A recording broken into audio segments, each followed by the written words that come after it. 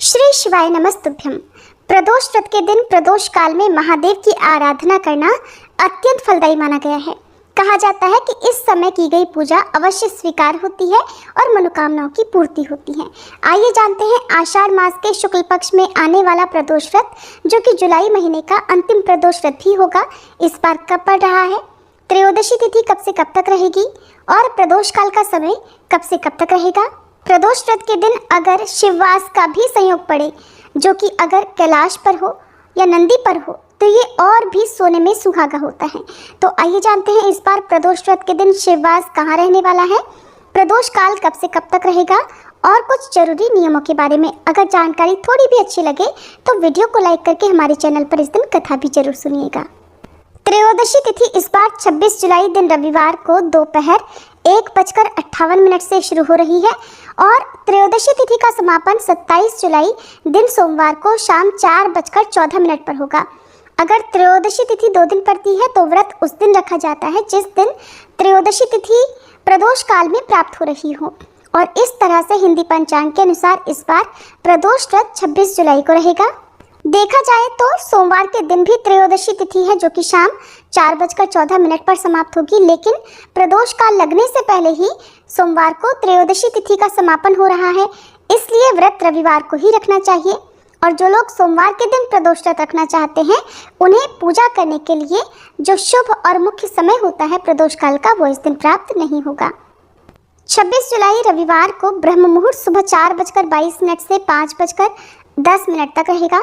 इस दिन सूर्योदय होगा सुबह 5:58 पर, सूर्यास्त शाम 7:07 पर होगा। प्रातःकाल पूजा आप सुबह 4:37 से 7:45 के बीच में कर सकते हैं। भले ही तिथि ना लगी हो तब भी आप सुबह की पूजा शुभ मुहूर्त में करें। और इस दिन शिववास कैलाश पर दोपहर 1:57 तक रहने वाला है। अगर प्रदोष व्रत के दिन शिववास कैलाश पर होता है तो ये रुद्राभिषेक या जलाभिषेक करने के लिए बहुत शुभ समय माना जाता है। हालांकि आप प्रदोष काल में भी जलाभिषेक या रुद्राभिषेक कर सकते हैं। इस दिन राहु काल शाम 4:30 से 6 बजे तक रहेगा। 26 जुलाई रविवार को रवि प्रदोष व्रत के दिन प्रदोष काल का समय शाम 6:22 से लेकर 7:52 तक रहेगा। तो शाम की मुख्य पूजा आप प्रदोष काल में करने के बाद व्रत का पारण कर सकते हैं। प्रदोष व्रत के दिन दिन भर उपवास रखकर शाम की पूजा करने के बाद एक समय फलाहार किया जा सकता है।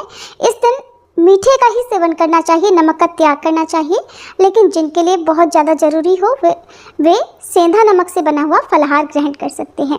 सभी प्रकार के मौसमी फलों का जूस आप ले सकते हैं। इस दिन शिव परिवार की पूजा करना या पार्थिव शिवलिंग का या शिवलिंग पर जल चढ़ाना बहुत शुभ माना जाता है। भोलेनाथ तो आशुतोष हैं, बहुत कम समय में और कम भाव के साथ की गई पूजा को भी वे स्वीकार कर लेते हैं, अगर भाव सच्चे हों।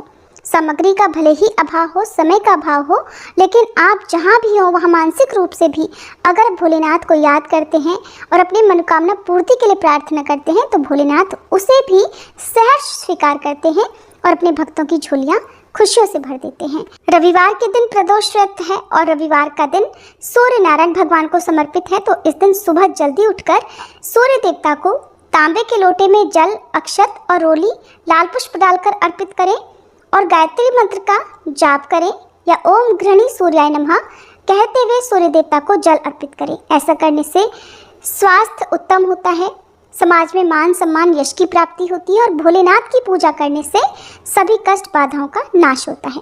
ये थी आज की वीडियो। उम्मीद है जानकारी आपको पसंद आई होगी।